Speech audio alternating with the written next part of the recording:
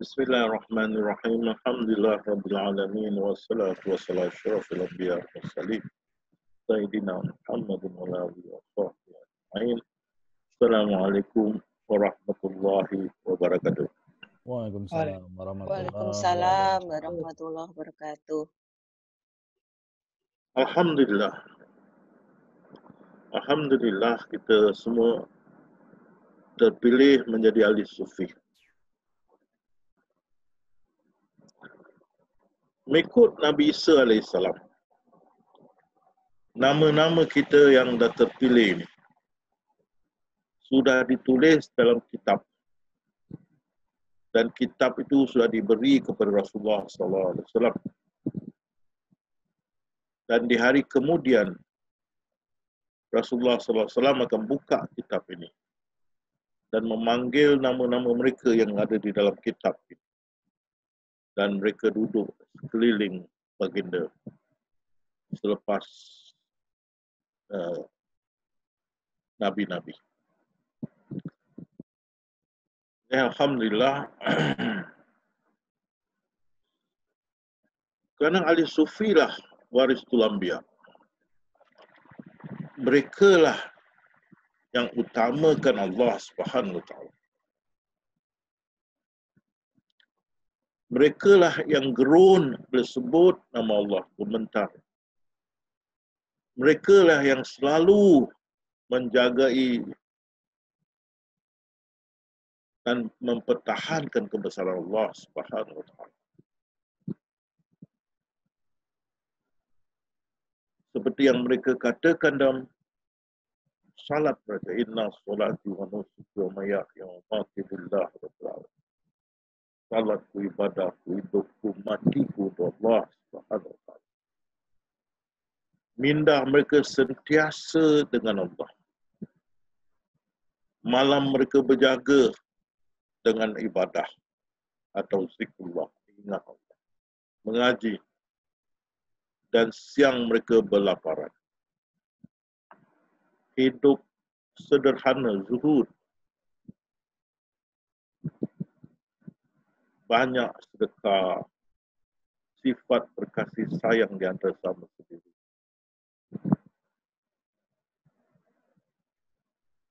Beroperasi di bawah kerangka syariah, terutama dari segi ibadah.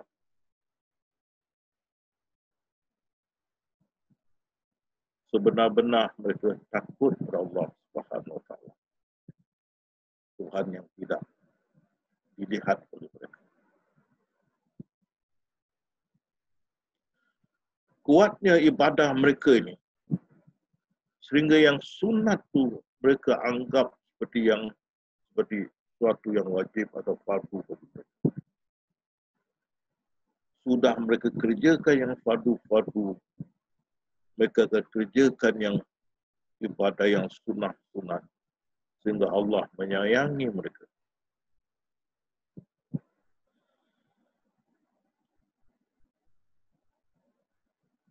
Tetapi untuk sampai kepada peringkat ahli sufi, mestilah awaluddin ma'rifatullah.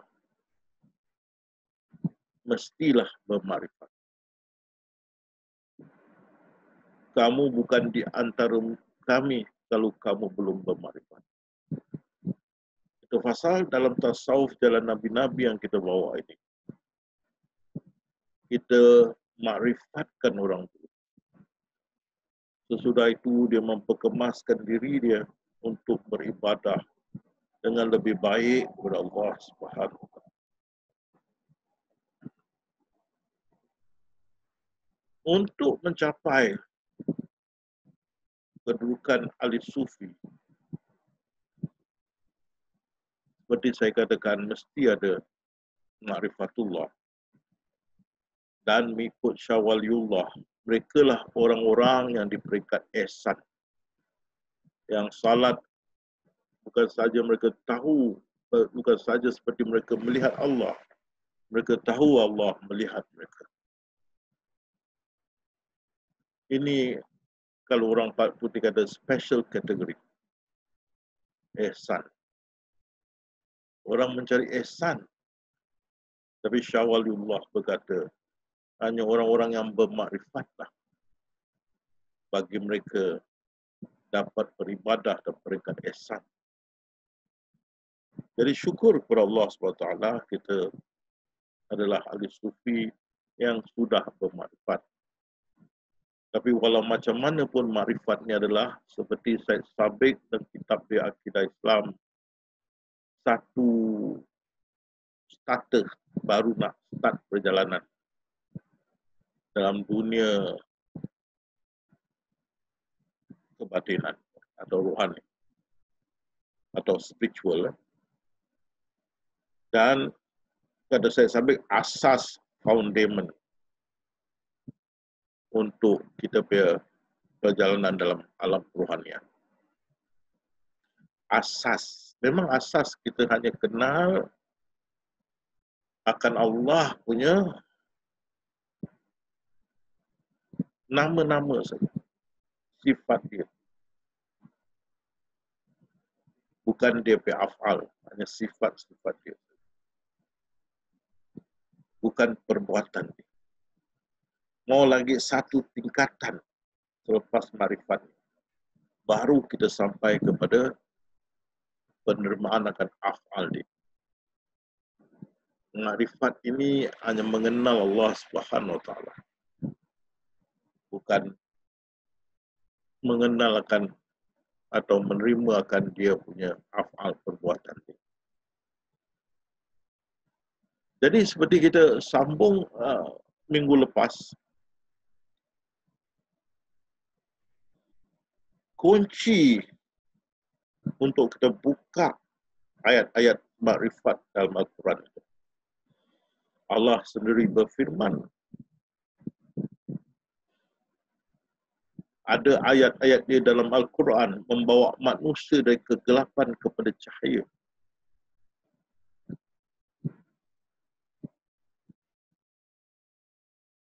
Itulah ayat-ayat pintu makrifat.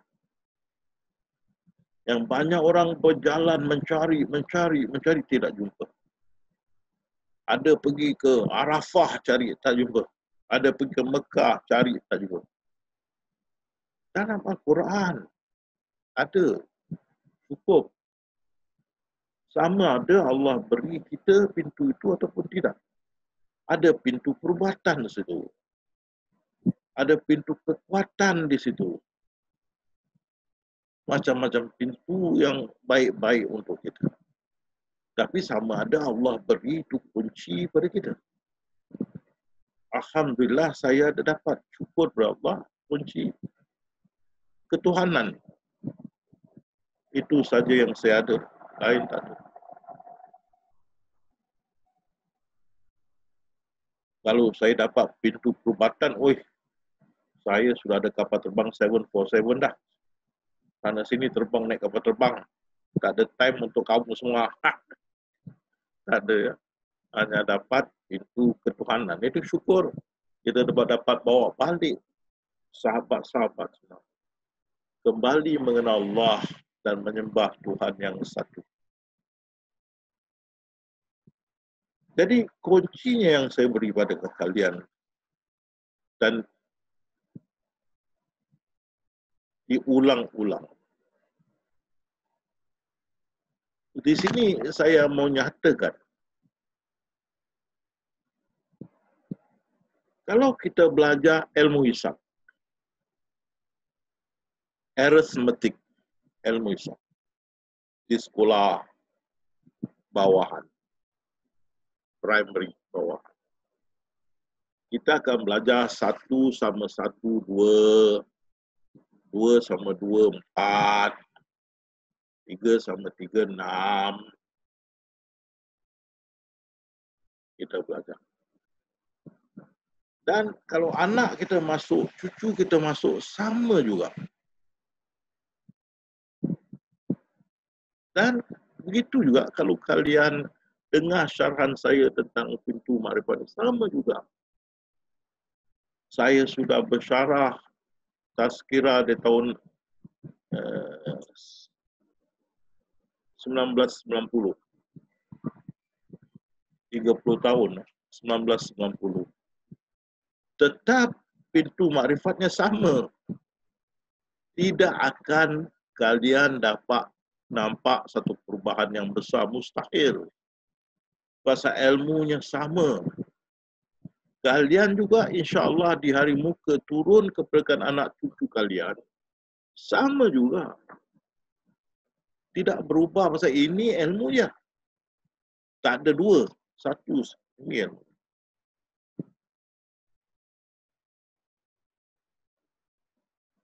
Dan itu kunci dia. Tidak akan lari. Cuma kadang-kali kefahaman tu lebih baik bila mendengar lagi. Bila mendengar lebih baik, lebih baik, lebih baik. Tapi barangnya sama. Tak boleh berubah. Kalau berubah itu sudah saya buat buatan saya. Saya sendiri reka-reka itu ilmu. Tak boleh. Tuhan itu satu. Bukan dua, satu.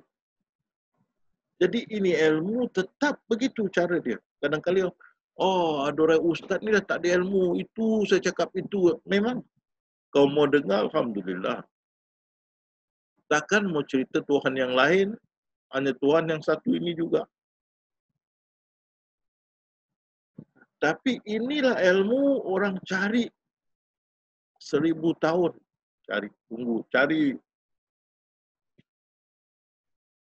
Yang kalian lihat tidak ada satu penerangan sejelas penerangan yang kita sudah beri dalam YouTube.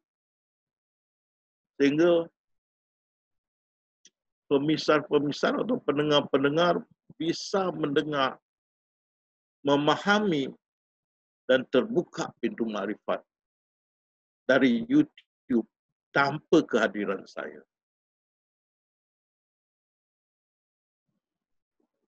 Ini ilmu dia. Kalau saya hidup 100 tahun pun saya buka sama juga. Begitu kalau kita balik ke sekolah, bahagian yang bawah sekali tetap 1 sama 1, 2, 2 sama 2, 4, 3 sama 3, 6. Kalau berubah, loh, ini soal jadi apa ya? Ilmu itu soal berubah. Soal tak betul. Seperti kita suka-suka ubah, tak bisa.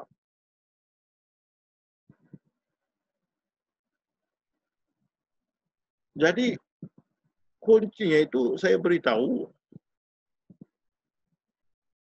pada permulaan dia saja yang ada. Dan tak ada apa pun bersamanya. Ini hadis. Ini dari Rasulullah SAW. Ini kuncinya yang saya terima. Dengan kunci ini saya bisa buka di Al-Quran pintu-pintu makrifat. Tapi kuncinya saya dapat daripada mana? Rasulullah SAW. Hadis sahih. Pada permulaan Allah saja ada dan tak ada apa pun bersama dia. Itu banyak orang tarikat berkata, oh kamu tak boleh mengajar ini kalau kamu tidak dapat iktirafan mandat dari Rasulullah. Itu ini dia. Saya dapat kunci pada permulaan Allah saja ada, tak ada apa pun bersama. Hadis. Hadis Rasulullah. Dari Rasulullah. Hadis dia. Dari sini saya dapat buka pintu-pintu ayat-ayat makrifat.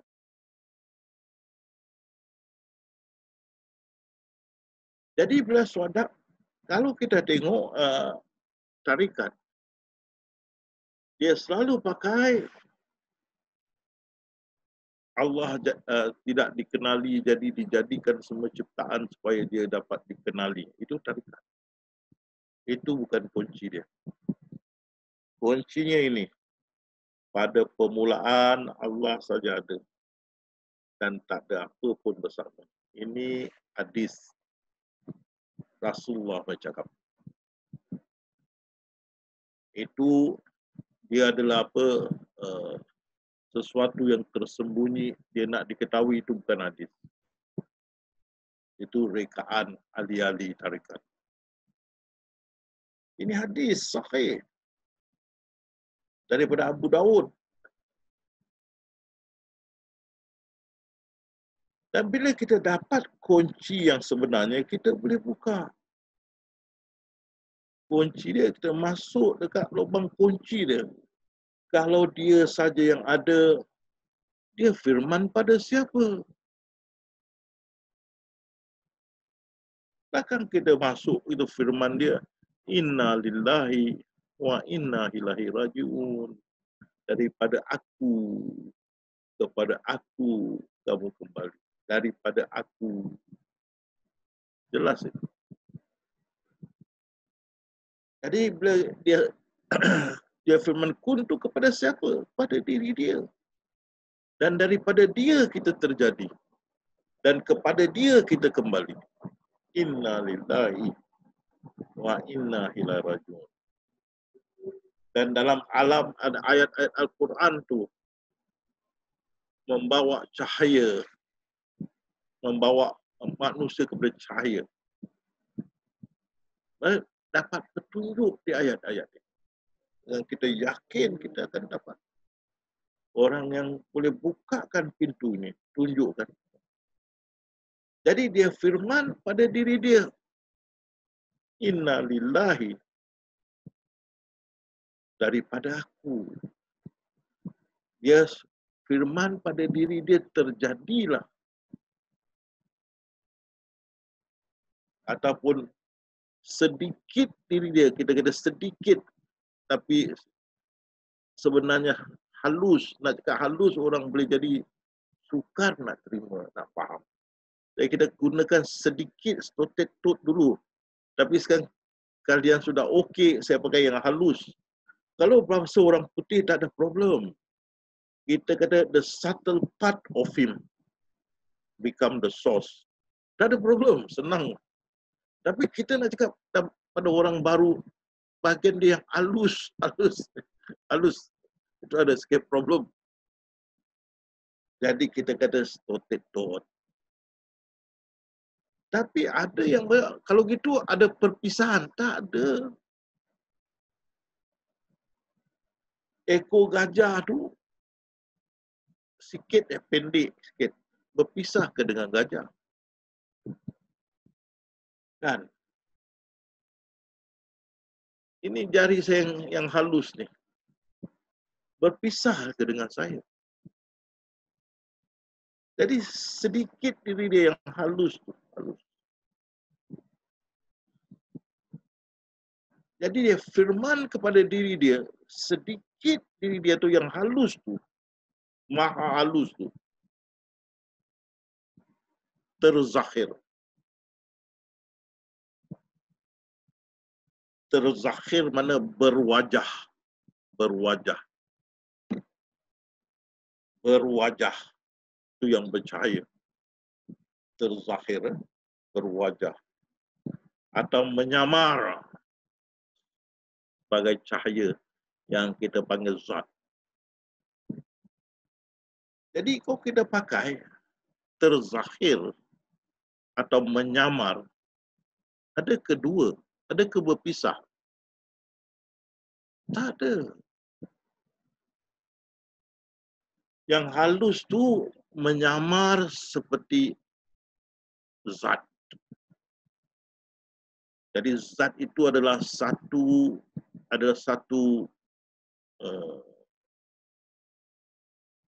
camouflage.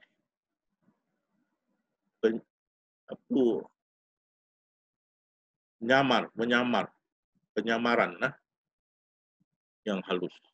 Dia menyamar, manifestasi, menyamar.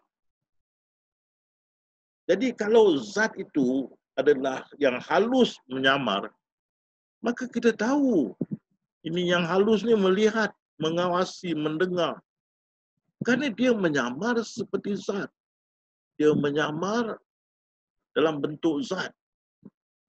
Dia menyamar. manifestasi zahir. Ya. Seperti plastik menyamar menjadi botol. Tanah liat menyamar menjadi belanga. Kaca menyamar menjadi cawan. Benang menyamar menjadi baju atau kain. Menyamar. Jadi di sebalik zat itu adalah yang maha halus, zat itu adalah penyamaran yang maha halus. Dia menyamar. Dia sembunyi di sebalik tabir itu, melihat, mengawasi dan sebagainya. Dia menyamar. Dan zat itu menyamar menjadi ciptaan. Menjadi ciptaan. Jadi zat itu adalah wajibul wujud kepada semua ciptaan yang mungkin wujud. Zat itu, dia menyamar. Jadi di sebalik ciptaan itu adalah zat menyamar. Sembunyi di sebalik itu menyamar.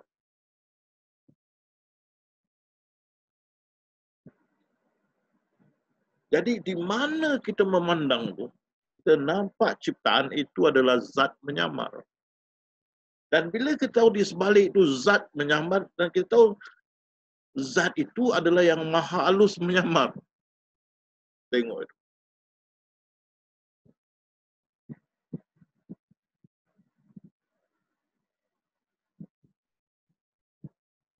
Jadi yang maha halus itu menyamar menjadi bentuk zat. Zat menyamar menjadi bentuk sifat-sifat ciptaan yang lain. Termasuk ruang dan masa. Jadi itu kita tahu sifat semua tu ciptaan-ciptaan yang lain. Hakikat itu zat makrifat itu yang maha halus.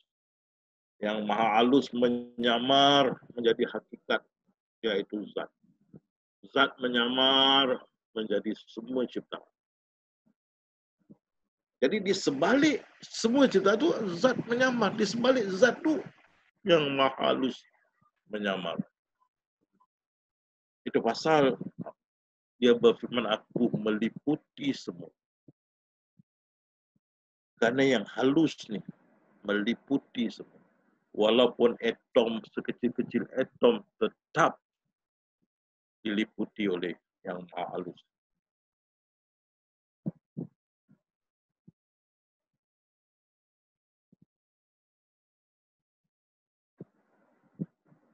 Jadi di sini yang jadi kekeliruan di antara pengamal-pengamal sufi masa dulu.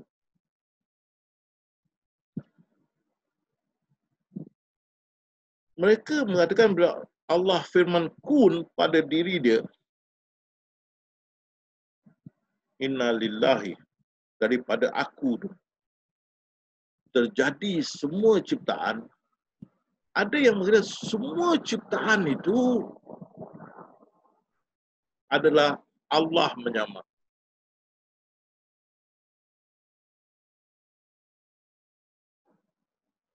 Allah menyamar menjadi semua ciptaan. Jadi ciptaan tu Allah, Allah tu ciptaan.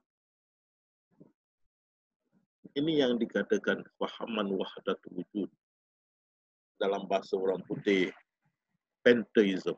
Dalam bahasa Melayu, pantheisme. Di sebalik semua ciptaan ada Tuhan. Dan ini juga konsep yang dipakai oleh Hindu. Sama. Satu dalam ramai. Ramai dalam satu.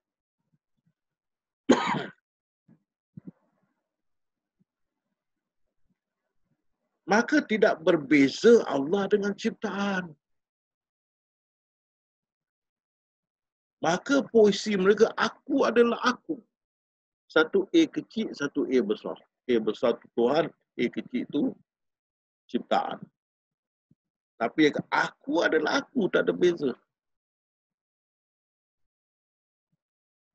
Dan ciptaan boleh fana, tak sadar, hingga menjadi baka. Baka mana kekal sama taraf dengan Allah, so jadi Allah.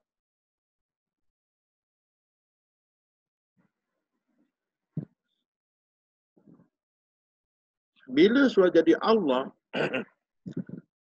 tidak mau pegang pada syarak lagi. Tidak mau salat, tidak mau puasa, tidak mau apa buat apa ibadah. Kerana dia jadi Tuhan. Ini betul pening kepala lah. Semua tak nak buat lah. Nanti satu hari dia pergi isteri jadi Tuhan baru dia tahu. Bang, aku sudah jadi Tuhan. Dari kau jaga semua anak-anak, masak nasi, kemas rumah, picit badan aku dah ini sengal-sengal. Dia jadi Tuhan. Semua orang boleh jadi Tuhan. Kan? Kalau kambing boleh cakap, kambing pun nak jadi Tuhan. Mana bisa? Kan? Tapi kalau dah fahaman waktu wujud, bisa. Pasal ciptaan tu Tuhan, Tuhan tu ciptaan. Bisa.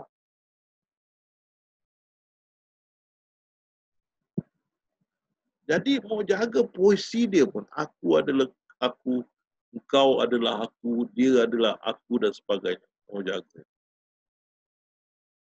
Maka zaman Sayyidina Ali radhiyallahu an, khalifah yang keempat, dihalau fahaman, kedua fahaman ni, Ibnu Sabah, dihalau ke Madain. Bila Ibnu Sabah tak ada, dia punya murid menjadi-jadi dan dihukum bunuh, hukum dibakar mereka sampai mati. Zaman Sayyidina Ali. Jadi fahaman wadatul wujud tertolak. Kembali kepada soal pokok lagi. Innalillahi, daripada aku. Okey. Dia firman pada diri dia dan daripada dia apa terjadi? Fahaman wadatul wujud tertolak. Maka mereka takut nak katakan daripada diri Allah tu jadi semua ciptaan. Mereka reka. Sebelum dia firman pun, separuh diri dia menjadi separuh Muhammad. Jadi yang separuh Tuhan berfirman kepada separuh Muhammad dan ciptaan terjadi daripada separuh Muhammad. Tak ada dalil. Dr. Yusuf Qadawi fatwa, tak ada dalil langsung. Tak ada. Yang mereka kata aku daripada Rasulullah, kata aku daripada Allah, lain daripada aku. Ini hadis, tak ada hadis, ini palsu. Ini cakapan ahli sufi. Direka-reka. Tak ada.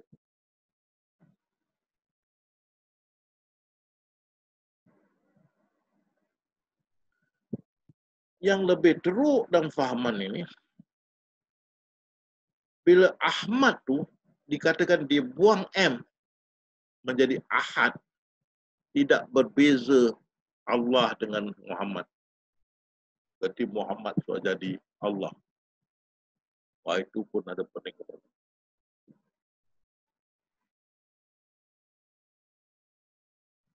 Dan ini adalah penyelewengan dalam tasawuf. Ini kefahaman sudah ada sebelum ada tarikat. Sudah ada. Yang ditolak oleh masyarakat Islam fahaman. Tetapi satu fahaman yang ada,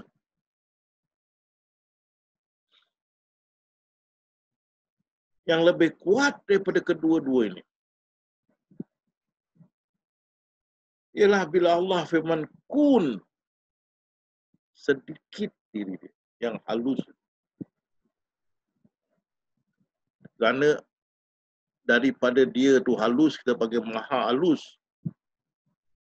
Menunjukkan itu adalah diri dia yang sedikit, yang halus. Itu yang berwajah, menyamar berwajah. Mula-mula Allah tidak ada apa-apa bekas, tak ada apa. Lepas tu, satu wajah timbul. Sedikit diri dia tu berwajah ataupun menyamar dengan satu wajah yang bercahaya yang kita panggil zat. Jadi zat itulah penyamaran disguise dalam bahasa orang putih yang mahal. Kerana dia satu penyamaran atau disguise, setentunya dia lihat, mengawasi apa di sebalik zat itu. Zat itu satu penyamaran. Tapi soalnya yang halus tu. Bukan semua diri dia atau separuh diri dia halus. Totet kita cakap, yang halus. Dia tidak bercerai dengan Allah SWT. Itu sedikit diri dia. Kalau saya cakap, kaki dia halus, badan dia besar, adakah bercerai? Tidak. Ekor gajah bercerai ke dengan gajah? Tidak. Tetap sedikit tu ataupun yang halus berwajah, dan wajah itu yang dikatakan zat. Dan dari zat itu menyamar menjadi lain-lain ciptaan ataupun terzahir lain-lain ciptaan yang dikatakan mungkin wujud. Zat itu wajibul wujud. Mana setiap ciptaan mesti ada zat di sebalik. Dan zat itu adalah yang maha halus menyamar.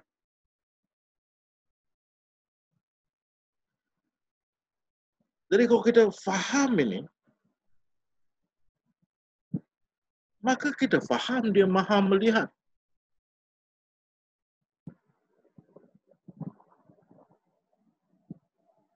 Bila kita tengok pada tembok, kita tahu itu zat menyamar. Dan bila kita tahu zat menyamar, kita tahu zat itu maha halus menyamar. Tentu dia melihat, mengawasi, mendengar, mengetahui. Sehingga tidak satu helai daun jatuh dalam kegelapan dia tahu. Dia meliputi.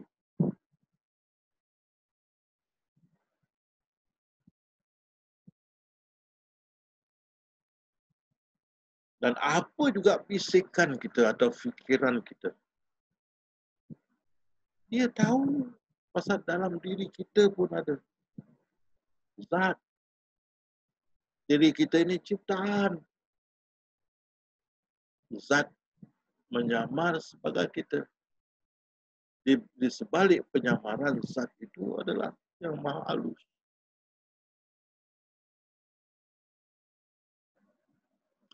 Jadi kita pakai penyamaran gantikan dengan penzahiran. Pasal penzahiran tu zahir daripada bahasa Arab, mungkin Melayu kita tidak berapa ngam faham dengan benar. Kita pakai penyamaran lebih senang.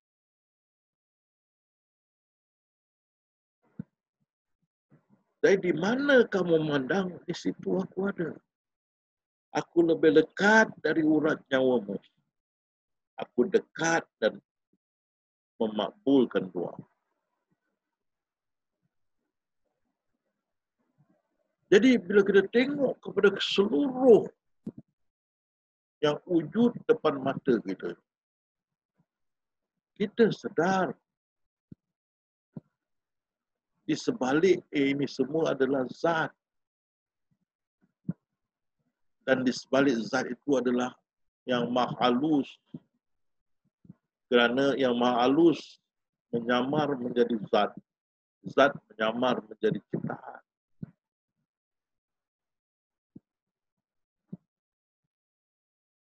Jadi bila kita nafikan sifat itu, kita nafikan hakikat zat itu, ataupun hakikat, maka terselalah yang maha halus. Itu yang dikatakan dalam kata sufi. Bila dikelah air setitik itu, ada lautan di dalam. Bila dikelah air setitik, terkeluar lautan dari dalam.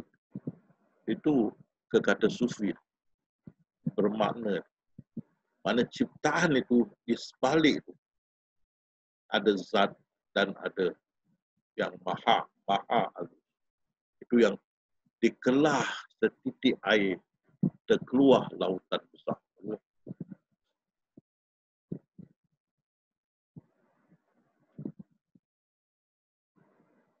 Jadi kita sudah ada ilmu yang yakin. Maka Allah berfirman, dengan ilmu yang yakin la tarawunnal jahim. Dengan ilmu yakin kamu dapat melihat neraka jahanam. Dengan ilmu yang yakin juga kita boleh lihat zat di sebalik semua ini ciptaan. Karena kita sudah diajari, sudah ada itu ilmu. Ciptaan ni semua termasuk ruang dan masa adalah zat menyamar. Adalah penyamaran zat. Jadi bila kita pandang semua yang ada depan kita, kita nafikan tu sifat itu. Dan kita lihat pada zat. Meliputi.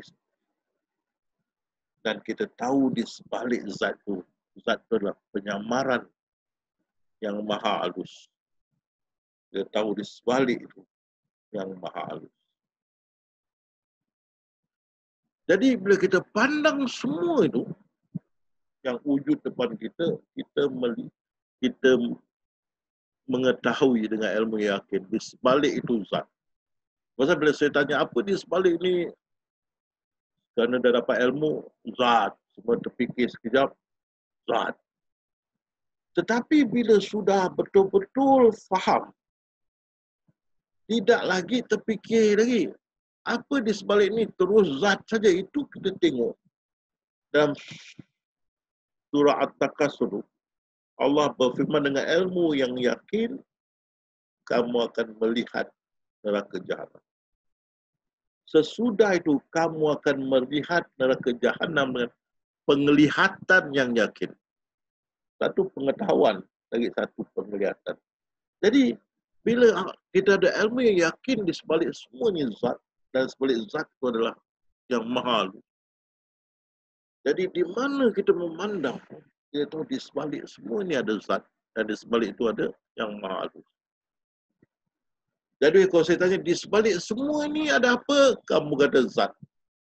Tapi kalau saya tanya, apa di sebalik zat tu? Kamu ikat maha halus. Dan kamu sudah ada ilmu yang yakin.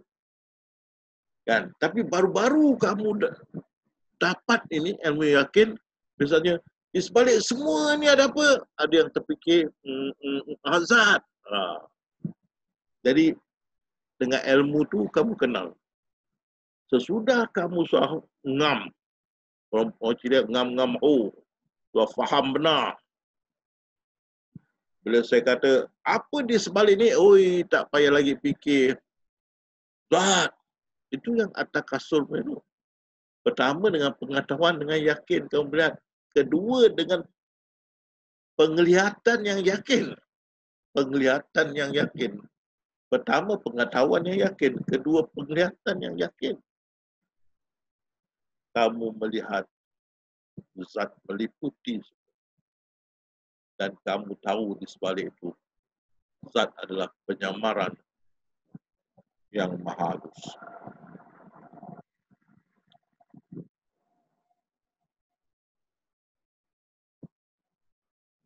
Jadi di sini, yang kita yang tidak pernah tahu tentang ketuhanan, kita yang tidak kuat dalam agama, kita bukan dari aliran ukrawi, kita yang bukan ada ilmu keagamaan yang tinggi, kita boleh jadi sampah masyarakat dan sebagainya. Dan bila kita sudah faham ini, itu yang kita terduduk. Bila kita tengok, kita terfikir, kenapa aku dulu tidak terfikir? Kenapa dulu aku tidak tahu? Ini menjadi jelas sehingga Imam Ghazali berkata, Allah itu sangat jelas, terang benderang. Ya Allah, ya Allah. Tapi memerlukan ma'rifatullah. Tetapi memerlukan ma'rifatullah. Itu pasal balik pada surah At-Takasur. Pertama dengan ilmu yang yakin kamu lihat. Kedua dengan penglihatan yang yakin. Itu yang kita tengok. Itu yang kita terduduk bila kita sedar dia melihat, mengawasi, mendengar. Itu yang kita pusing. Wah, menggigil-gigil. Seperti 3 orang sahabat yang tidak pergi berperang dengan Rasulullah. Menggigil. Allah berfirman, dunia yang luas ni merasa sempit dan dada mereka pun merasa tersempit. Bila kita sedar gini, baru kita duduk menangis. Mana nak lari, oi? Meliputi. Di mana pun satu universe kita tengok. Cakrawala. Semua ni di sebalik zat penyamar. Dia yang wajib wujud.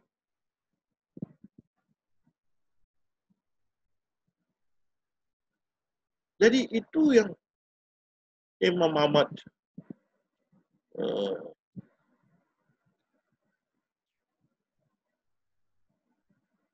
dia berkata,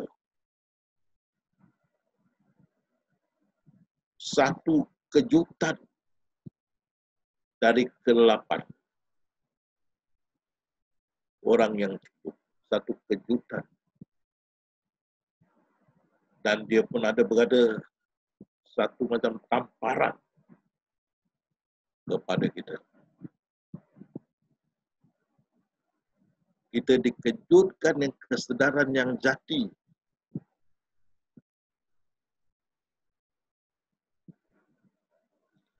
Buat kita tersedar kepada kebesaran, kewujudan dan keesaan Allah SWT. Imam Ahmad Ar-Rafi'i. Imam Ahmad Rafi'i, ya. Dia berkata, kejutan, tamparan, itu mengejutkan kita. Ataupun kita tengah tidur dan kelapan dikejutkan. Tersentak kita melihat di sekeliling kita ini. Kita melihat yang pengetahuan dengan yakin, dengan penglihatan yang yakin, kewujudan.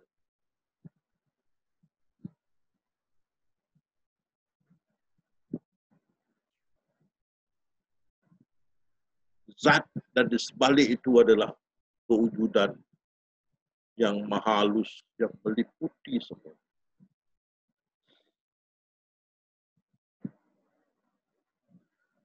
Di situ kita terduduk, tak boleh lari. Yang maha halus melihat, mengawasi, mendengar, mengetahui. Kerana zat itu adalah penyamaran yang maha halus. Dari mana kita memandang, itu buat kita bergegar. Itu yang buat kita kata, Ya Allah, aku dah melihat kebenaran ini, Ya Allah. Tuliskanlah namaku bersama nama-nama mereka yang sudah menyaksikan kebenaran. Allah.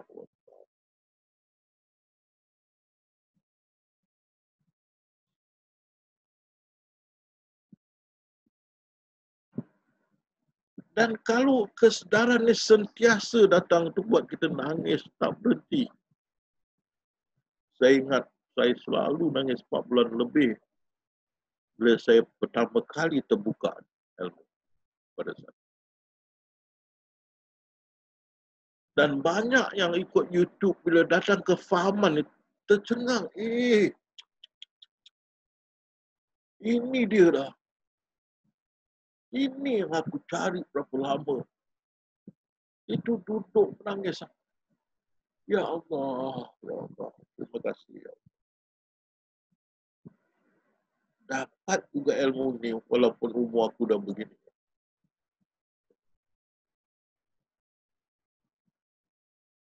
Itu yang sudah kenal terus rindu jumpa saya. Bukan kerana ilmu itu. Tapi saya rasa nak berterima kasihlah. Tuhan, terima kasihlah. Itu sajalah. Tapi saya warning lah. Terima kasih.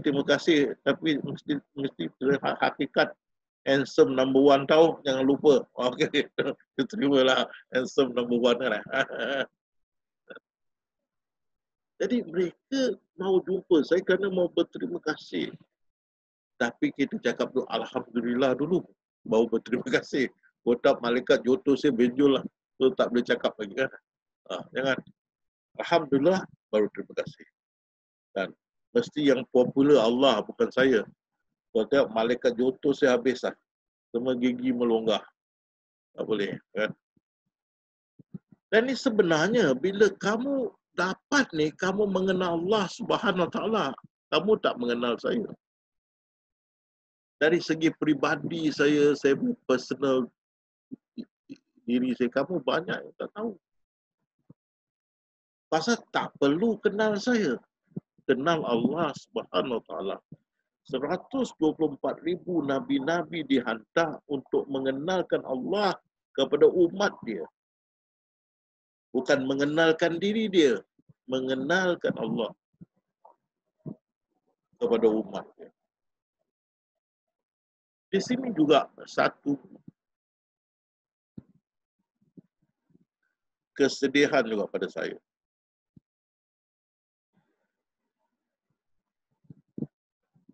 Kamu tengok di sana sini orang mengadakan Maulid Rasul, Maulid Nabi. Sana sini kebanyakan sudah jadi commercialized. Macam niaga.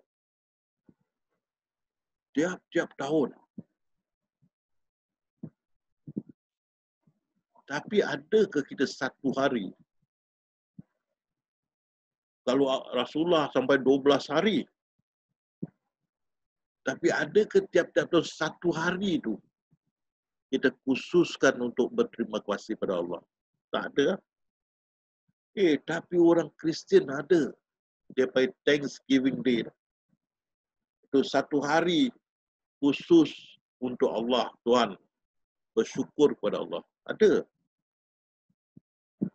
Itu pasal bila saya dulu mengadakan majlis nazam makrifat di rumah saya. Saya jadikan Christmas tukar. Kita jadikan majlis untuk bersyukur kepada Allah. Tiap-tiap tahun. Tukarkan. Tak ada. Padahal yang mesti diketahui istilah Allah SWT. 124,000 nabi-nabi dihantar untuk mengenalkan Allah SWT.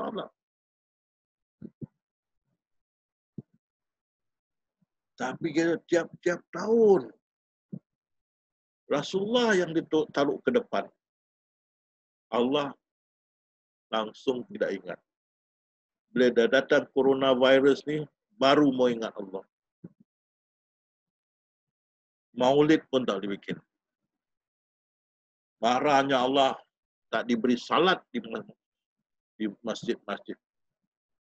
Juga di Haramain dan Madinah.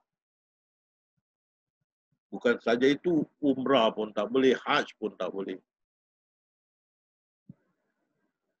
Kegembiraan dalam Ramadan diambil. Juga hari raya kita.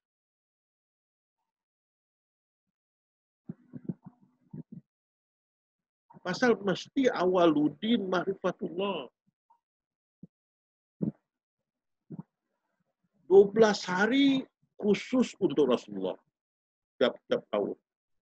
Mana Allah? Bukan saya cakap tak boleh buat. Nak buat-buat, tapi kenapa tak ada satu hari untuk Allah? Kamu lihat, satu tiap-tiap hari, 5 waktu tu kita buat apa? Salat untuk Allah, ada untuk Rasulullah. Tak ada. Tiap-tiap waktu tu kita buat salat untuk Rasulullah SAW. Orang kafirun pun dia pun salat cara dia. Tapi tiap-tiap tahun ada satu hari kesyukuran kepada Allah SWT. Kita ada. Ada 12 hari untuk Rasulullah. Okey, saya tak ada marah. Tapi mana dia satu hari untuk Allah? Tak ada. Seperti saya katakan, dulu bila saya ada jamaah Ma'rifatullah, kita baca nazam Ma'rifatullah. Kita jadikan Christmas tu hari kesyukuran pada Allah SWT. Bukakan.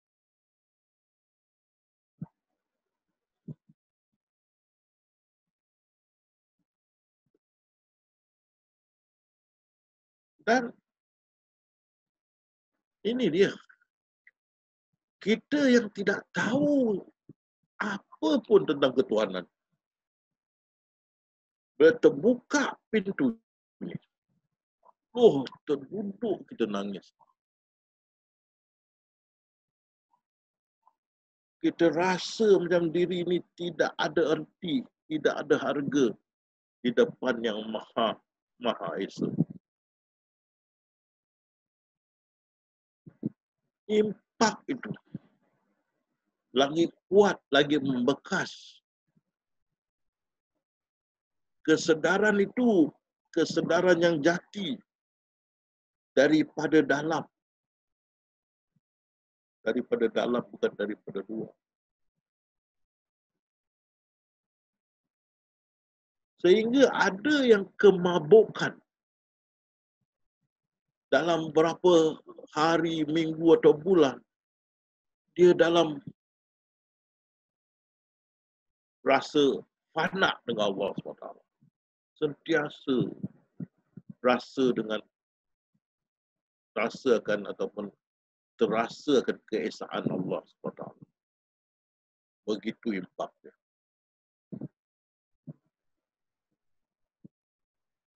Dan ini yang memberi bekas yang atau parut yang tidak akan hilang.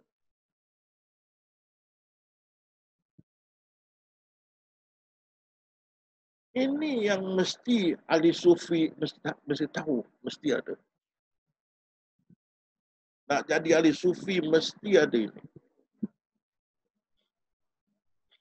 Kesedaran yang jati, yang membuat kita tersedar akan kewujudan dia, ataupun kebesaran dia, ataupun keesaan.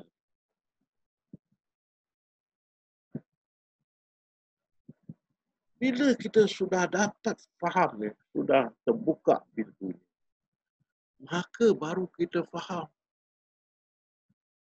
belian-belian dalam Al-Quran. Kita faham macam mana dia boleh tahu satu helai daun jatuh dalam kegelapan. Kita tahu macam mana dia tahu dalam isi hati kita. Kita berbisik apa, dia tahu. Tak faham. Macam mana kita tak boleh lari daripada dia, kita faham. Kita boleh faham kenapa maksud dia aku lebih dekat dari urat nyawamu. Pasal ini diri kita ni adalah penyamaran zat. Dan zat itu penyamaran yang maha halus. Itu pasal dia kata aku lebih dekat dari urat nyawamu. Seperti bangku kayu atau meja kayu atau bangku kayu atau meja kayu, dan kayu berkata, aku lebih dekat dari urat nyawa bangku ini atau meja. Itu dia. Jadi Allah berfirman, aku lebih dekat dari urat nyawamu kerana kita ini adalah penyamaran zat. Dan zat itu adalah penyamaran yang maha halus.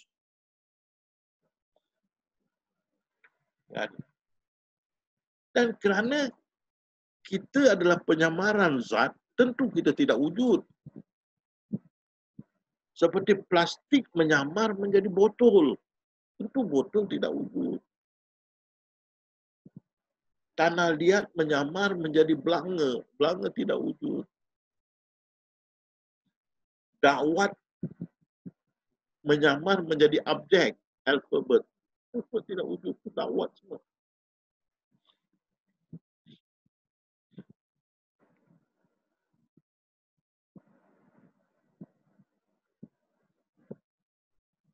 Kita lebih faham. Padahal ini ilmu tinggi. Ilmu tinggi. Kalau kita cakap pada orang-orang tidak boleh faham dengan benar. Kerana maksudnya dalam. Kalau kita tak ada itu kesedaran yang jati, tidak ada itu ilmu yang yakin, kita tidak faham apa orang ni berkata. Seperti kita kata, kayu bercakap pada meja. Meja kayu tu, kayu bercakap pada meja. Orang kan ni betul tak betul ni kan? Ataupun tanah liat bercakap pada belanga. Ni betul tak betul ni orang ni kan? Jadi tidak faham.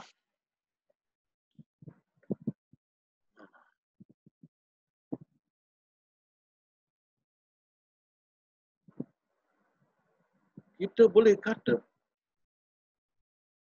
di mana pun kau memandang, di situ dia ada. Walaupun kau pandang kat janggut aku ni, selai janggut aku, ada. Kerana di sebalik itu zat.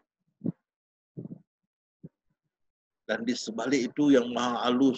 Itu pasal dia kata dia meliputi. Dia halus lagi meliputi. Walaupun itu janggut tu, semua tu atom. Di sebalik atom itu zat. Di sebalik zat itu yang maha halus. Kita boleh faham. Orang mencari berpuluh tahun. Apa makna yang zahir? Nampak batu, kayu, pokok, rumah, lembu, kambing. Orang mencari di mana kamu memandang, di situ aku ada. Berpuluh tahun. Aku lebih dekat dari urat nyawamu. Wah. Tapi bila kita sudah ada ini ilmu yang yakin, kita faham. Tak ada masalah. Jadi kalau kita buka pada rakan-rakan sikit-sikit, mereka yang mencari, bila mendengar penerangan kamu itu, dia tersandar. Dia lihat, ni yang benar ke dia ni? Dia ni benar tak benar ni? Dia buka clear lah. Dah duduk dia tengah. Dia ni nampak muda tapi dia terangkan clear lah. Kita dah kenal, kita faham.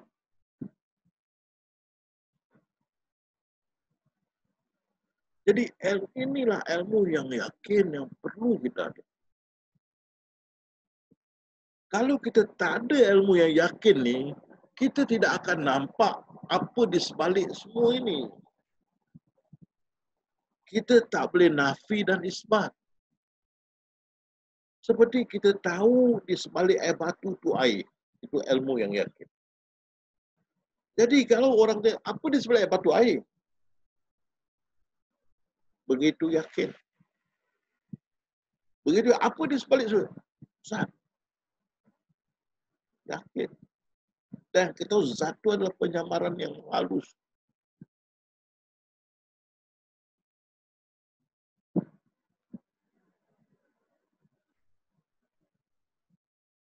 Jadi ini buat kita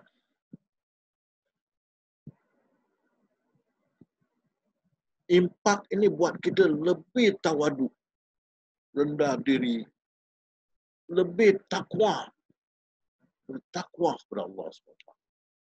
Itu why Imam Ghazali berkata mereka berdoa dapat ini ilmu, mereka akan memperkemaskan diri mereka untuk beribadah lebih baik kepada Allah SWT.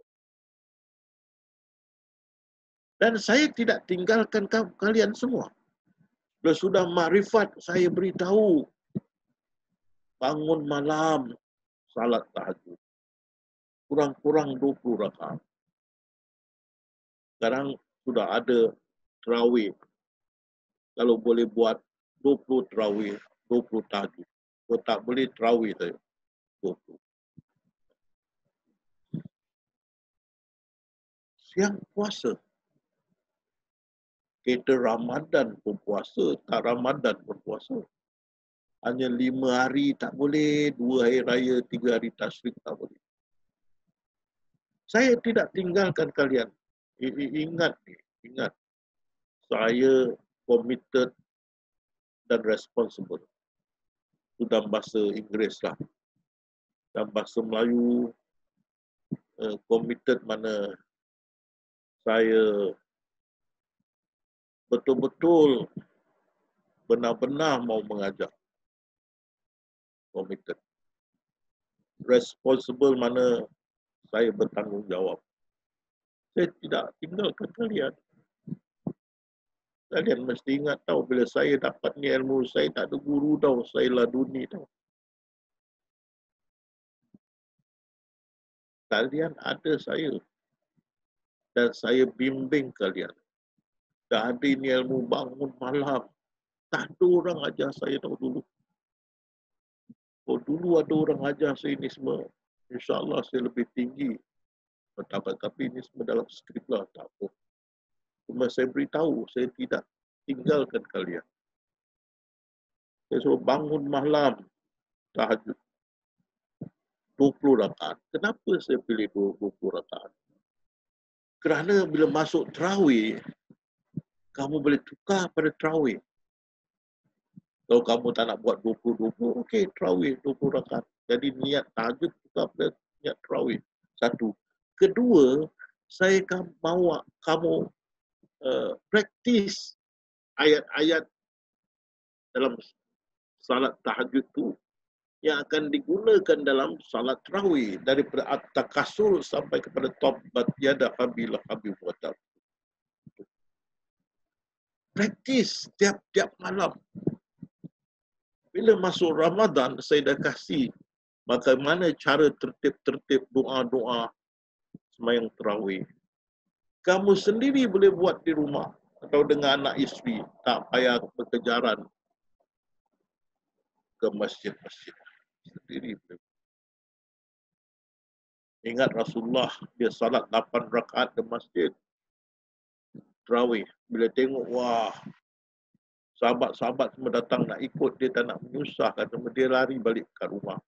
Mengikut cerita, dia sambung sampai 20. Di rumah. Itu pasal saya kasih kalian susunkan cara tertib salat tarawih dan doanya sekali dan ratibnya sekali. Saya tidak tinggalkan.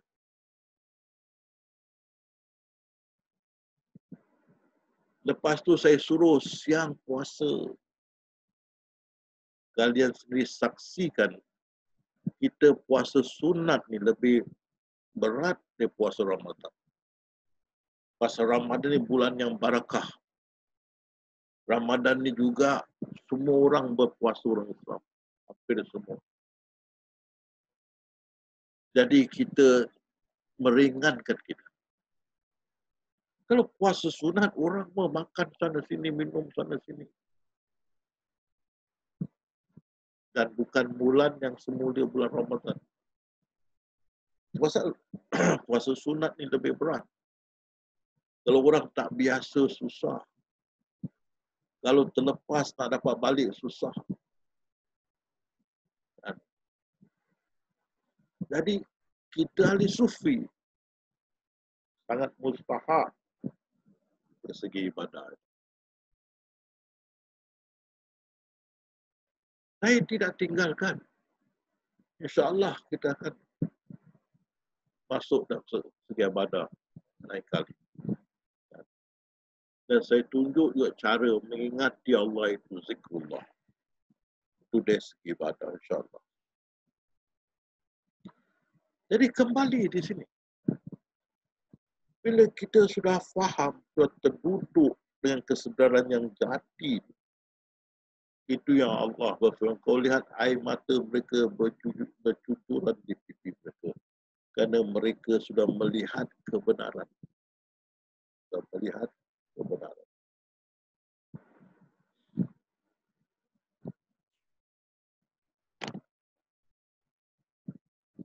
Jadi bukan saja datang ilmu, datang keinsafan, kesedaran dan tawaduk, rendah diri kepada Allah SWT. Dan itu sifat tawadu itu, rendah diri itu secara otomatis itu banyak di sekeliling kalian kagum. Ini apa dah jadi dah Dah tak macam dulu lah. Tak lagi sombong dulu, bongkak, cakap besar. Belagak. Sekarang tengok macam ayam nak kena pancung. Ayam nak kena pancung lagi kat mana. Bukan maksud dia, kita dah macam long line. Tidak ada lagi itu sifat sombong, bongkak, menunjuk diri. Kita lebih rendah dari tawadu. Dan pada mula-mula sentiasa gembing. Saya pun selalu juga gembing sampai sekarang. Tapi kita pandai-pandai lah. Gembing dia tak nak tunjuk orang kita nangis. Tapi kita gembing. Berubah. Bukan saja kawan-kawan. Family. Anak-anak. Isteri. Sampai ada kata ustaz, bapak dulu punya garang. Bila dah dapat ustaz, dia berubah ustaz. Dulu asyik menengking. Susah nak komunikasi. Sekarang punya lembut ustaz. Dan sentiasa nangis di sejarah. Perubahan. Perubahan yang jati. Impaknya sangat kuat. Dan ini dia. Itu pasal banyak kalian yang ada di Zoom ini. Saya lihat.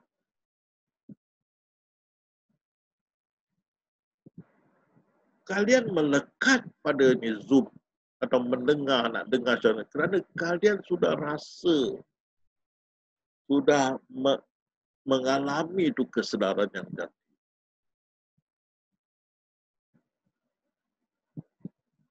Yang membuat kalian terduduk, termenung, tercengang, menangis.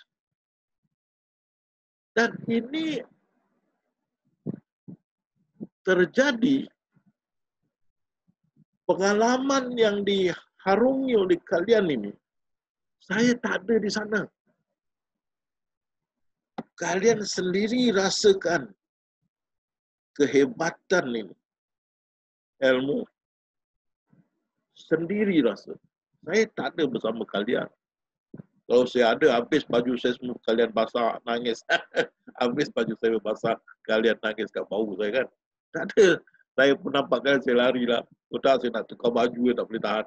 Tak ada. Kalian sendiri terbuka, sendiri termenung, sendiri menangis. Sendiri akui, ini dia yang aku cari. Karena itu kalian tidak segan silu merekomendasi ilmu ini kepada anak, isteri, cucu, cicit, datuk, nenek, isteri, suami, kawan-kawan. Kalau kalian sampaikan atau rekomendasikannya, tidak ada keraguan. Saya tidak minta. Sehingga kalian bawa anak, isteri, cucu, cicit, mak mertua, bapak mertua belajar. Kalau boleh kalian nak buat lembu kalian, tak boleh. Lembu tak boleh. Itu tak boleh. Itu kau bawa kita sembelih. Kan? Bawa untuk mendengar. Dan kadang-kali yang tidak boleh bawa, kalian sendiri buka ini ilmu pada isteri dan anak. Kerana kalian sendiri akui dengan ikhlas ini ilmu yang Allah berfirman dalam Quran. Ayat-ayat yang aku bawa orang di kegelapan kepada cahaya. Kalian confident. Itu pasal saya dapat jumpa cucu, anak, nenek, datuk kan. Tapi bila jumpa datuk tu yang alam, salam, berapa umur? Wah, lebih kurang. Wah, baru teringat handsome one pun dah jadi datuk je lah. Kita jumpa. Kerana kalian yakin ini dia. Dan ini keyakinan kalian kena simpan dengan kalian. Kerana kita jauh di mata. Walaupun dekat dia. Selagi ini ada dengan kalian, keyakinan, ilmu yang yakin ni ada. Dan penglihatan yang yakin ni ada.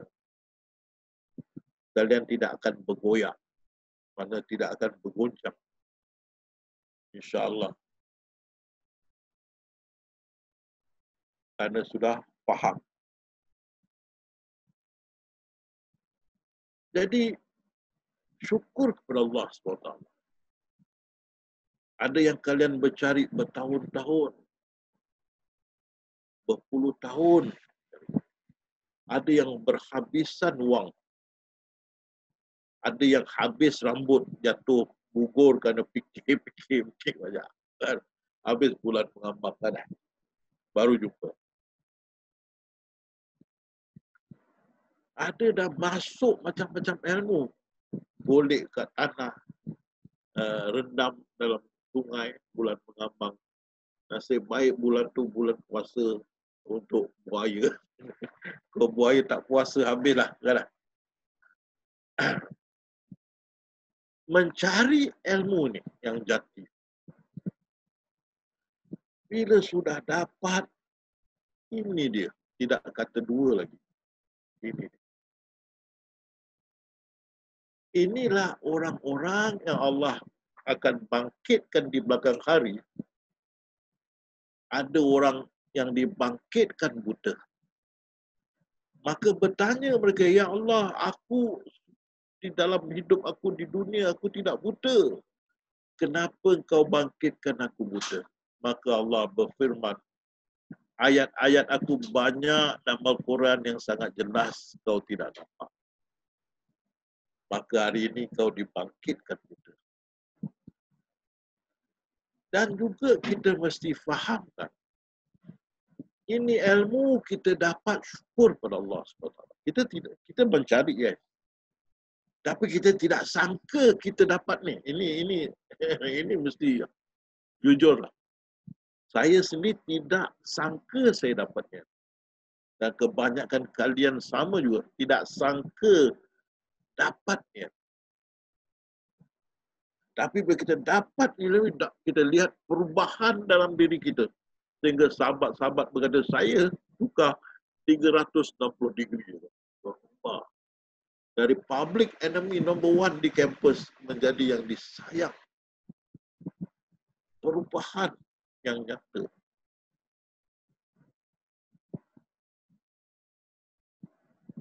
Syukur pada Allah SWT, kita yang sudah dapat ilmu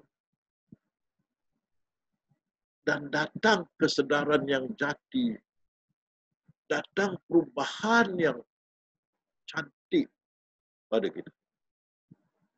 Perubahan yang menakjubkan. Syukur pada Allah. Ini pemberian Allah SWT. Kalau tidak diberi kepada kita, kalau tidak diberi pada seseorang itu, macam mana pun kita terangkan, tak boleh faham. Macam mana kita membuat dia sedar, tak boleh sedar. Allah SWT tutupkan hati mereka. Dan hati mereka menjadi keras. Dan Allah tambahkan penyakit. Dan hati mereka lebih keras daripada batu. Batu pun pecah kena air.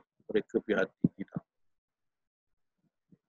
Jadi kita tak boleh, walaupun orang yang kita suka kita nak sampaikan, okey, kita boleh sampaikan. Tapi kalau Allah tidak izinkan, dia tidak akan dapat. Itu pasal ilmu makrifat ni adalah pemberian Allah Subhanahu Wa Taala. Bukan saya. Allah punya. Dia kasih kepada siapa dia suka, dia kasih. Itu pasal Rasulullah nak bantu datuk dia, Abu Muttalib. Tak boleh. Nak bantu Sayyidina Ali punya bapa tu, Abu Talib. Tak boleh. Allah berfirman, ya Muhammad, kau tak boleh beri petunjuk pada orang yang kau kasihi. Aku yang beri petunjuk. Jadi kalau dia tak ada kurniaan Allah, macam mana kita cuba pun tidak akan berjaya. Malahan kita boleh tengok telinga kiri, telinga kanan dengar, telinga kiri keluar. Kita boleh nampak. Kita cakap kat telinga kanan masuk, kita nampak jatuh kat telinga kiri, kelung, jatuh. Kita tak interested. Ataupun sudah dapat, kerana dia punya fahaman tidak mendalam atau impaknya tidak kuat atau faham-faham begitu, dia terbalik semua. Terbalik. Terkeluar. Apa kita boleh buat? Ini ilmu Allah. Dia beri kepada siapa juga dia suka. Dan orang yang diberi nama ilmu ini, nama-nama mereka semua dia ada dalam kitab ikut Nabi SAW dalam Gospel berapa.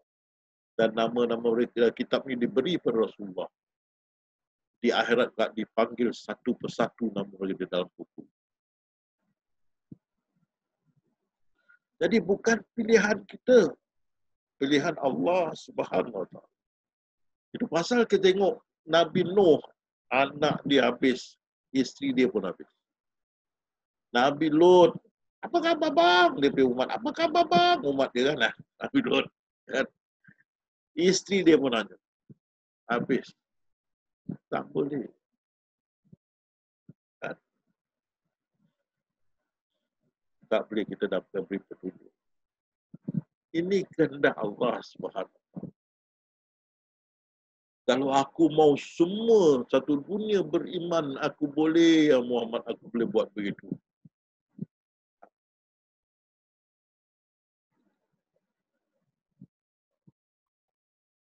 Tapi kita yang sudah dapat faham, rasakan kemuliaan ini ilmu, bersyukurlah. Bersyukur sebenar-benar syukur kepada Allah.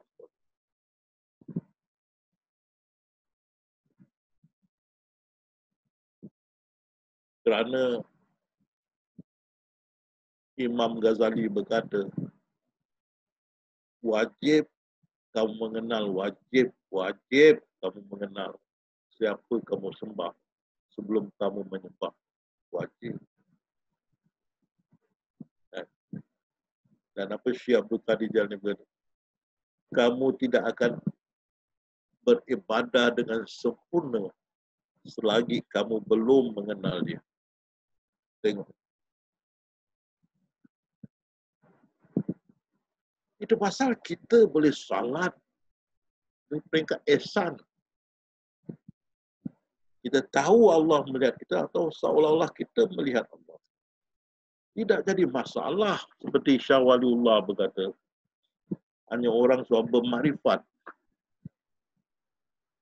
bisa salat di peringkat ihsan atau beribadah di peringkat ihsan.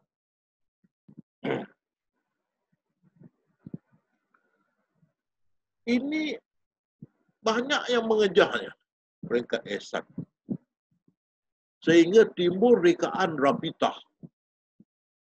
Konon dia salat, dia wajahkan guru dia wajahkan guru, wajah dia, guru lagi, wajahkan guru lagi, guru atas guru. Kononnya Rasulullah SAW Mi'raj nampak Allah, melihat Allah. Jadi dia salat seolah-olah melihat Allah Subhanahu Wa Taala. Tengok tafsiran dia begitu jauh, kan?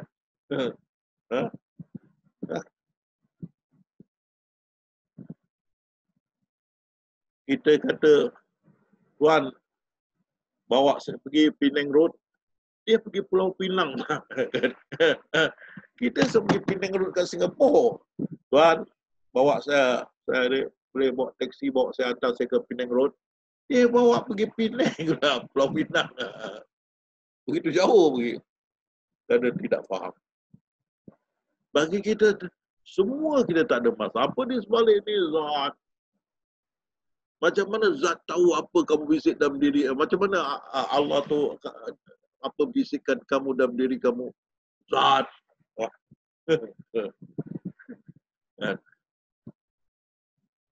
Tak ada masalah tentang tingkat ihsan. Padahal banyak orang syariah, terutama ahli syariah. Bagaimana nak peringkat ihsan? Macam-macam rekaan, macam-macam teori. Tak ada apa-apa. Bagi apa di sebalik ni, Zat. Kan? Dan kita tahu Zat itu penyamaran ahli yang maha halus. Tentu dia melihat, mengawasi. Kan? Jadi kita tahu, kita melihat pada kita punya mata nafi isbat yang tidak ada pada yang lain. Tapi ahli sufi, mereka nafi isbat. Ya, sentiasa mata mereka menafikan yang sifat ini dan melihat hakikat di sebalik. Dan dia tahu hakikat tu di sebaliknya, hakikat tu adalah penyerupaan makrifat di sebalik. Tahu dia Allah melihat kita, yang Maha Halus melihat kita, dan kita melihat dia. Peringkat ihsan, tak ada masalah pada ahli sufi. Syukur pada Allah SWT. Kita dapat ini ilmu yang beribu tahun dan 1000 tahun lebih orang mencari. Dan tak ada satu penjelasan yang sangat jelas teratur pada masa-masa ini selain daripada apa yang kita sudah sampaikan di YouTube dan di dalam buku-buku dan seminar-seminar. Dan kita tahu hingga kanak-kanak umur 10 tahun pun boleh faham. Kita tahu orang-orang bukan Islam pun boleh faham. Kerana ini tentang ketuhanan. Apa agama pun mereka menyatakan tentang ketuhanan. Jadi saya berhenti di sini. Balik pada Bayu. InsyaAllah kita akan berjumpa lagi. InsyaAllah. Macam mana? Baik, kembali pada Bayu. Baik, terima kasih Ustadz atas kuliahnya yang sangat dalam dan menyentuh sekali. Ustadz, apakah akan dilanjutkan dengan pertanyaan Ustadz? Ya. Oke, baik. Baik, untuk sahabat dari Indonesia, Singapura, Malaysia, dipersilakan kalau ada pertanyaan, mungkin kita ada waktu beberapa menit sebelum kita nanti akhiri dengan zikrullah 5 menit seperti biasa. Baik, dipersilakan yang akan bertanya, silakan buka mic. Bang Sahari. Assalamualaikum. Assalamualaikum. Silakan. Bang Sahari dulu ya, silakan.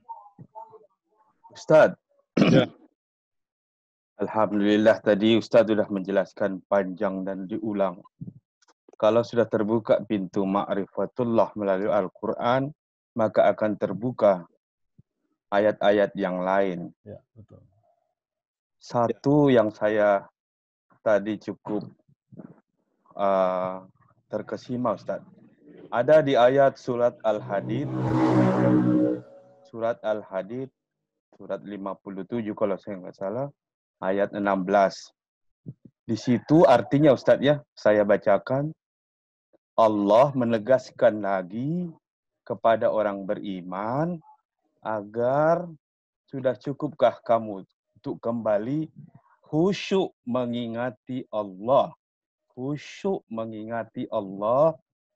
Jangan sampai kamu yang diberikan wahyu, maksudnya mengikuti aturan Nabi, jangan sampai kepada kaum yang telah diberi tapi dia lupa, maksudnya orang Yahudi, sehingga hati mereka menjadi keras dan dia menjadi fasik. Ayat itu tegas sekali Ustaz.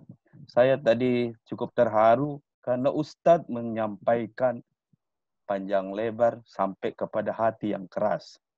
Bagaimana pencerahannya Ustaz terhadap ayat seperti ini? Ini sifatnya sudah penegasan dari Allah. Selalulah mengingati Allah. Demikian Ustaz. Terima kasih. Boleh, saya tak faham sangat apa dia punya soal, pertanyaannya apa ya? Pertanyaannya, kalau di tafsirnya bahasa Indonesia Ustaz, jadilah sudah tidak cukupkah bagi kamu orang beriman Ustaz untuk menjadi khusyuk mengingati Allah. Maksudnya Allah sendiri yang bersabda, ingatilah aku secara khusyuk dan jangan jadi seperti orang Yahudi. Apakah ini juga yang selama ini kita lakukan dengan semesti harus ingat Allah setiap saat? Itu aja Ustaz pertanyaannya. Benar, itu benar. InsyaAllah tadi saya nak masuk tadi tapi saya teringat ini sudah bahagian ibadah. Jadi saya berhenti sekejap. Balik. Ya Ustaz. Ya Ustaz. Saya zikrullah tu. Ya, tapi ya. saya sampai pada hati yang keras dan sebagainya. Iya, iya. Tadi itu ada asti yang keras. Saya masuk bahagian itu, woi, ini sampai pukul 1 pagi. Masya Allah.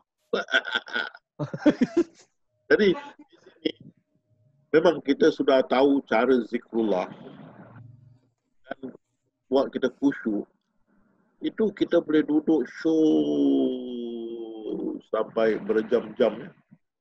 Itu saya syukur. Tak ada nikmat senikmat itu. Duduk pintu belakang atau base camp. Ingat dia. Tapi kalau kita tidak, maka akan pintu ni semua tertutup, hati menjadi keras. Dan itu nanti lain kali kita masuklah. Tak boleh sekarang, tak ada time. Ada.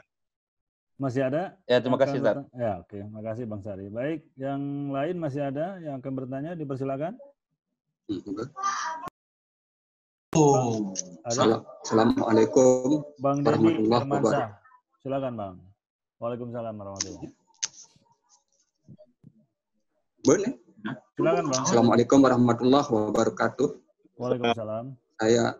Nama saya Hairil Anam dari Bali.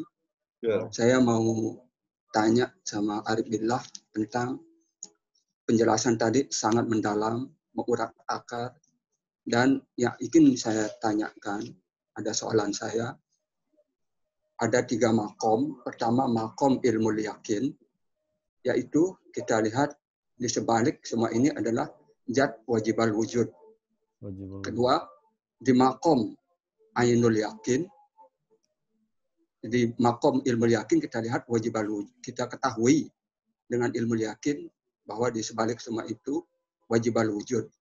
Dan yang kedua, di makom ainul yakin kita lihat di sebalik semua itu adalah zat.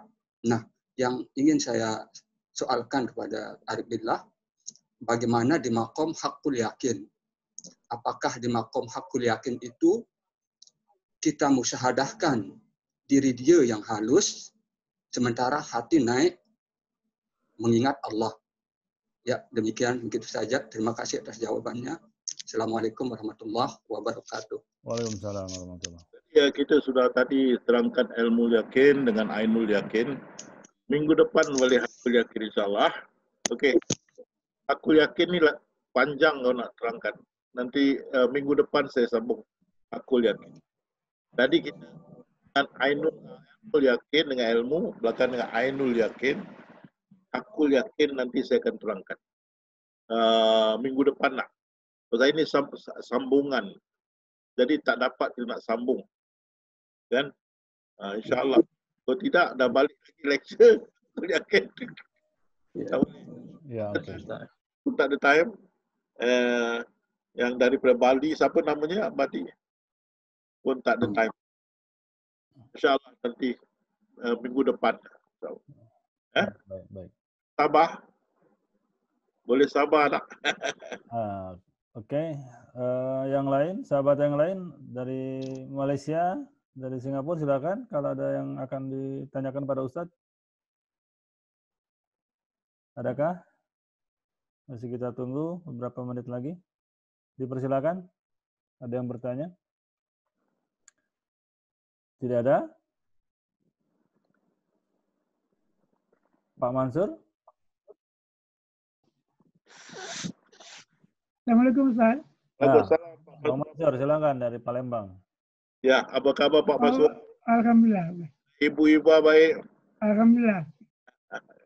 Mau tanya Ustaz, tadi Ustaz cakap yang berwajah itu maksudnya gimana Ustaz? Ya. Kalau kita tahu, permulaan Allah saja yang ada.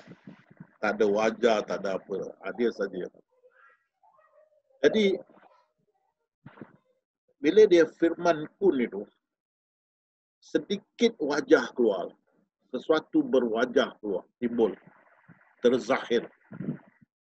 Kan? Daripada diri dia, mula-mula tak ada apa-apa. Belakang terkeluar. Jadi, dalam ayat Al-Quran ada tertulis wajah dia. Wajah dia yang kekal dia. Wajah dia. Sedikit diri dia ataupun yang halus tersembul, terkeluar. Itu yang terkeluar, bila kita tahu dia terkeluar pasal dia berwajah. Berwajah mana bercahaya. Jadi itu yang kita panggil zat tu. Zat. Jadi sedikit diri dia ataupun diri yang halus tu menyamar, terzahir, menyamar ataupun berwajah, iaitu dipanggil zat. Nanti kita tengok satu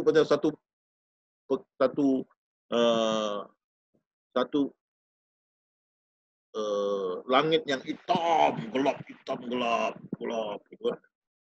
Sekali tu keluar satu cahaya. Macam gitulah. Ataupun satu wajah atau cahaya. Oh, cahaya tu wajah lah. Tu, langit yang gelap ada cahaya. Apa ni cahaya? Itulah wajah. Tu wajah yang kita pakai zat. Itu maksudnya begitulah. Pak Mansur. Okey. Cukup. Ya. Okay. Baik. Masih ada atau kita tutup? Masih ada kah? Saya Ustaz. Bang Ahmad Syukuri, mungkin ini terakhir Bang ya. Silakan Bang. Ya, saya mau nanya tentang Lailatul Qadar, itu aja. Waktu itu Ustaz sering berbicara, katanya datangnya itu setiap malam 29, itu 28 malam 29, atau 29 malam 30, itu atau ada jam-jam tertentunya Ustaz. Udah, pertanyaan saya itu aja. Terima kasih. Assalamualaikum warahmatullahi wabarakatuh. Saya ingat saya 29 malam 30 kalau saya tidak silap. Ke 28 malam 20 saya dah lupa ya. Tapi saya ingat kita boleh jadi Nasir ingatlah, saya pun dah tak ingat. 28 malam 29 ke 29 malam 30 ke. Saya tidak ingat ya. Tapi gitulah. Dia malam ganjil ya. Dia punya tanda satu mesti ada sunyi senyap. Dunia ni macam radio off tau. Suddenly volume apa ya? Volume itu volume dia off. Tuk. Suara mau. Ingat ya. Itu Lailatul Qadar. Tadi semalam saya ada terbaca satu rompan mengatakan sama juga keadaan Lailatul Qadar yang dia alami satu sunyi, senyap sunyi. Itu dia. Juga saya teringat orang Kristian pun tahu tentang ini pasal dia ada lagu dia Silent Night. Dia benar. Ya. Dia satu dunia volume tertutup. Dan NASA yang dia ada space station atas pun confirm ada satu hari satu apa pun tak jatuh di langit. Selalu ada batu lah apa nampak kat langit. Ada satu malam tidak ada apa-apa pun jatuh. Senyap sunyi. Confirm. Jadi senyap sunyi itu tanda. Tapi saya katakan pada kalian,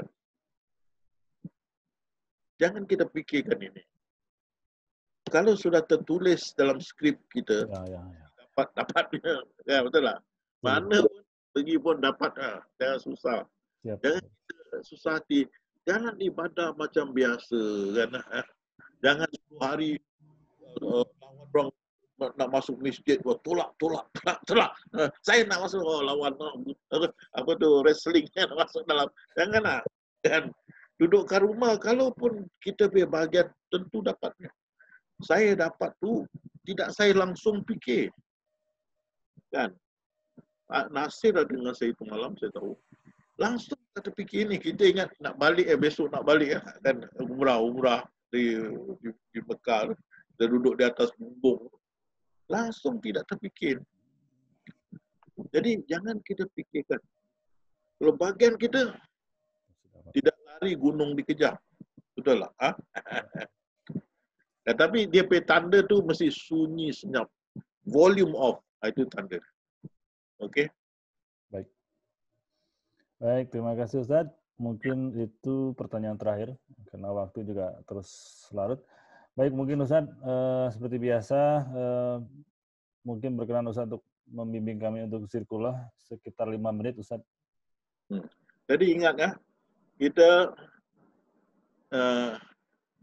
mata kita tengok kepada kita punya minda berkata Allah. Jangan kita lupakan cakap kata Allah dan kita fokus, mata kita fokus pada minda kita. Fokus, kita tengok melekat kita ini.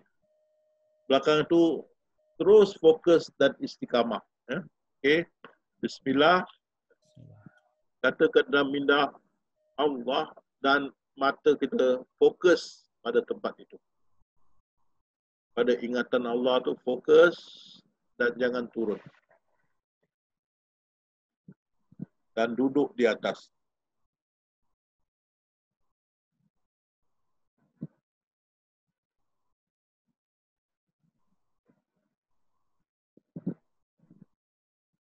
Dan kalau masih juga longgar-longgar, baca Qul Allah. Ingat dulu Allah, belakang baru baca Qul Allahu Ahad. Bantu daripada bawah. Kalau tidak ada goyah ataupun tidak ada goncangan ke apa, ingat dia sudahlah tak baca suratul Ikhlas pun tak apa. Tapi kalau masih tidak kuat, baca suratul Ikhlas untuk bantu. Tapi ingatan Allah tu mesti ada di dalam minda kita.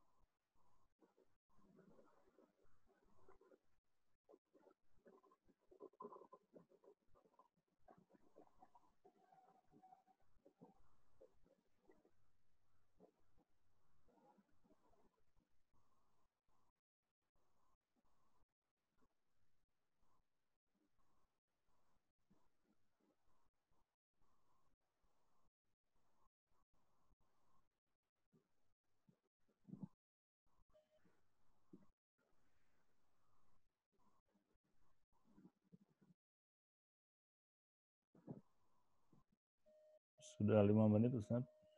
Oh, baik. Terima kasih. Baiklah. InsyaAllah kita lagi. Ya. Alhamdulillah, Ustaz, kita cukupkan sampai di sini. Mudah-mudahan kita masih berkesempatan untuk bisa bertemu kembali di minggu depan. Baik, kami tutup. Wabillahi taufiq wal hidayah. Wassalamualaikum warahmatullahi wabarakatuh. Waalaikumsalam.